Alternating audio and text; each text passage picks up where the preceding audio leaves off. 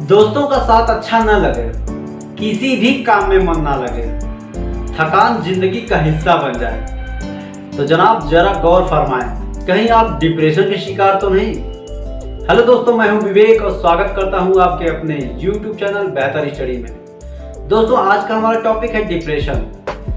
Topic की शुरुआत एक छोटी सी कहानी से करते हैं।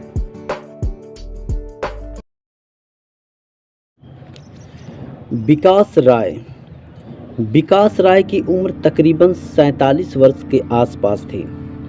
विकास एक सक्सेसफुल बिजनेसमैन हैं। परिवार में उनकी पत्नी और 2 बच्चे हैं। सब कुछ ठीक ठाक है, मगर एक समस्या है जो कि काफ़ी दिनों पहले की घटी एक घटना का असर उन्हें अक्सर परेशान कर दिया करता है। लगभग 52 वर्ष पहले की बात है। विकास की कंपनी को आर्थिक संकट के दौर से गुजरना पड़ा था। कंपनी तो उस समय संकट से उबर गई, मगर विकास के अंदर कहीं उस संकट का एहसास अभी भी बाकी रह गया था। वह उस नुकसान के लिए खुद को जिम्मेदार मानते रहे। इसके कारण उनकी सेहत दिनों दिन गिरने लगी। थोड़ा ही काम करने के बाद उनके अंदर थकान, चिड़चिड़ापन, नींद कम आना जैसी समस्याएं पैदा होने लगी। इसके अलावा सेक्स करने की इच्छा भी मरने लगी। कुल मिलाकर कहा जाए तो विकास शारीरिक व मानसिक रूप से बीमार होने लगे। उनके अंदर आत्मविश्वास की कमी होने लगी। विकास न तो उदासी महसूस करते और न ही उनके अंदर किसी किस्म का इमोशनल खालीपन था, मगर सच यह था कि उनके अंदर डिप्रेशन पनप रहा था। विकास की फैमिली उन्हें लेकर कई डॉक्टरों के पास गए। सभी डॉक्टरों ने चेकअप के बाद उन्हें फिजिकली फिट बताया। उन्हीं बीच किसी एक डॉक्टर ने उन्हें साइकियाट्रिस्ट से मिलने की सलाह दी। साइकियाट्रिस्ट ने उनकी समस्या सुनने के बाद उन्हें मेजर डिप्रेशन का मरीज बताया। साइकियाट्रिस्ट ने उन्हें मानसिक संतुलन के लिए कुछ दवाइयाँ दी, जिसको खाने के बाद विकास को कुछ आराम महसूस हुआ। उसके बाद साइकियाट्रिस्ट ने उन्हें किसी साइकोलॉजिस्ट से मिलने की सलाह दी और साइकोलॉजिस्ट से मिलकर साइकोथेरेपी की मदद से इलाज कराने को कहा। शुरू में विकास के अंदर थोड़ा हिचक थी, मगर परिवार के प्रेशर में विकास को मनोवैज्ञानिक के पास थेरेपी के लिए जाना पड़ा। साइकोलॉजिस्ट के कहने पर विकास ने मेडिटेशन शिरकत में धीरे धीरे विकास को इसमें मज़ा आने लगा। वह अपने अंदर ऊर्जा महसूस करने लगे। थकान की समस्या भी दूर होने लगी। जीवन में कोई ऐसी बड़ी घटना घटती है जो आपके मस्तिष्क पर बहुत गहरा असर छोड़ देती है, तो अवसाद के खतरे बढ़ जाते हैं। यह सिचुएशन किसी भी उम्र में क्रिएट हो सकती है। ज़िंदगी की रफ्तार काफ़ी तेज़ हो गई है। संबंधों में तनाव या दबाव को न झेल पाने की वजह से लोग अवसाद का शिकार होते हैं।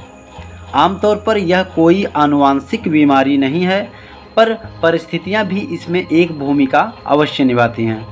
अगर परिवार में कोई अवसादग्रस्त हो तो दूसरे के भी उसके प्रभाव में आने की कुछ तो संभावना होती है। तनाव ज़रूरत से ज़्यादा बढ़े तो डिप्रेशन होने की संभावना ज़्यादा हो जाती है, मगर केवल तनाव से डिप्रेशन होता है यह कहना सही नहीं है। आज जितनी बड़ी तादाद में हमें अवसाद के मामले देखने और सुनने को मिल रहे हैं, उसकी बड़ी वजह है हमारी जीवन शैली में आया बदलाव। थोड़ी बहुत निराशा तो सबके अंदर होती है, पर ज़रूरत से ज़्यादा जब निराशा बढ़ जाए और लंबे समय तक जारी रहे, जिससे हमारे डेली रूटीन के काम प्रभावित हों, तो यह स्थिति डिप्रेशन की संकेत करती है। डिप्रेशन की स्थिति में व्यक्ति अपने दोस्तों से मिलना जुलना, घूमना टहलना छोड़ देता है। खाने पीने एवं किसी से बातचीत करने की इच्छा भी नहीं होती है। व्यक्ति थका हारा निराशा की गर्त में डूबा रहता है। यह सारे बदलाव दरअसल मेजर डिप्रेशन की निशानियां हैं। कई बार इंसान को सीधे मेजर डिप्रेशन नहीं होता, यह डिप्रेशन के पहले पड़ाव पर ही अटक जाता है। वह डायोस्थेमिया या डायस्थेमिक डिसऑर्डर जैसे हल्के डिप्रेशन से जूझने लगता है। Manic depression, post natal depression, seasonal depression और सीजनल डिसऑर्डर भी डिप्रेशन के कुछ रूप हैं जो उसे परेशान करते हैं। खास बात यह है कि इनके लक्षण मेजर डिप्रेशन से अलग होते हैं। डिप्रेशन या अवसाद को दो भागों में बांटा जा सकता है। पहला, रिएक्टिव या प्रक्रियात्मक अवसाद। दूसरा, एजिटेटिव या उत्तेजना मूलक अवसाद। पहले किस्म के अवसाद में व्यक्ति शांत और सुस्त बैठा रहता है, जबकि दूसरे में वह काफ़ी चिड़चिड़ा हो जाता है। कुछ पीड़ित ऐसे भी हो सकते हैं जिनमें इस तरह की कोई भी लक्षण न दिखाई दे। आमतौर पर लोग किसी भी तरह की मानसिक कमजोरी को अवसाद समझ लेते हैं, पर ध्यान देना चाहिए कि जिस बीमारी में निराशा, गहरी उदासी नहीं है, वह अवसाद नहीं है। अवसाद चाहे जिस वजह से भी हो, उसमें व्यक्ति की मनोदशा कुछ अजीब सी हो जाती है। दो तरह के लोगों के अवसादग्रस्त होने की अधिक संभावना हुआ करती है। पहले वह जिन्हें अपने रिश्तों में निराशा का सामना करना पड़ता है, तिरस्कार झेलना पड़ता है, और दूसरे वह जिनका आत्मविश्वास कमज़ोर होता है या वह जल्दी डगमगा जाते हैं। जो लोग अवसाद यानी डिप्रेशन में होते हैं, अक्सर उनमें आत्मविश्वास की कमी पाई जाती है। कभी कभी डिप्रेशन का कारण शरीर में कुछ न्यूरोट्रांसमीटर का ठीक ढंग से कार्य न करना भी होता है। इसके अलावा हमारे सोचने का तरीका, हमारी पर्सनालिटी और व्यवहार भी इसके लिए जिम्मेदार होता है। डिप्रेशन से बचाव के लिए हमें अपने खान पान, व्यायाम, कार्य व्यवहार या व्यक्तित्व में परिवर्तन करने की आवश्यकता होती है। शुरू से ही बच्चों को बदलते माहौल में प्रेशर हैंडल करना सिखाया जाए। विपरीत परिस्थितियों में भी खुद को समायोजित करने के लिए उनको विभिन्न प्रकार की स्किल्स विकसित किए जाएं।